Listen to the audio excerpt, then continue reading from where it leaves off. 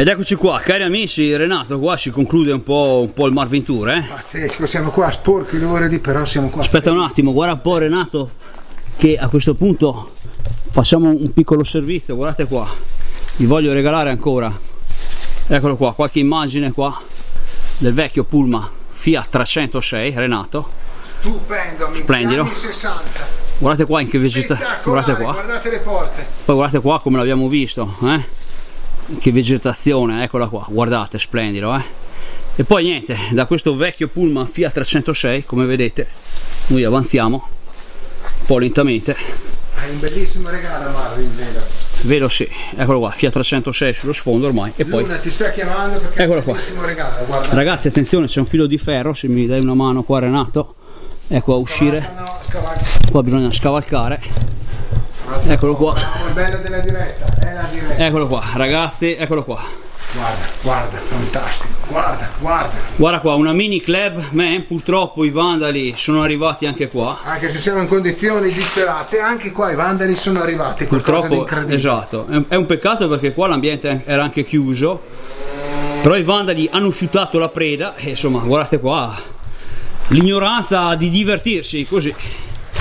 Vecchio Renato così si sono divertiti questi vandali. Puoi fare questi lavori, guarda che interni, Marvin, è spettacolare. Guardate qua, cari amici, lo spettacolo qua, insomma, questa mini club che ci ha detto il signor Giuliano che non ha nessuna voglia di sistemarla, è un peccato perché era targata e niente, magari non sarebbe neanche tanto malmessa, No, anche certo. era pronta all'uso se non venivano qua i vandali, amici.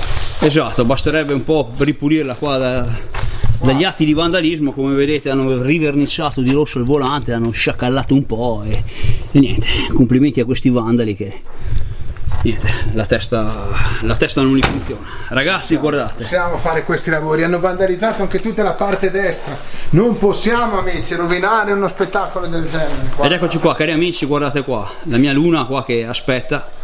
E tu mi dicevi vecchio, la parte destra, guarda, guarda che disastro che hanno fatto sulla parte destra dell'autovettura. guardate qua, veramente pazzesco. Non si può, è un colpo al cuore, ci piange il cuore a me, Marvin, vedere questi lavori. Non potete, ragazzi, fare queste cose, non potete. Guardate qua, pazzesco, insomma, una mini club che era tenuta bene, è stata vandalizzata da questa gente che non sa come divertirsi, ragazzi.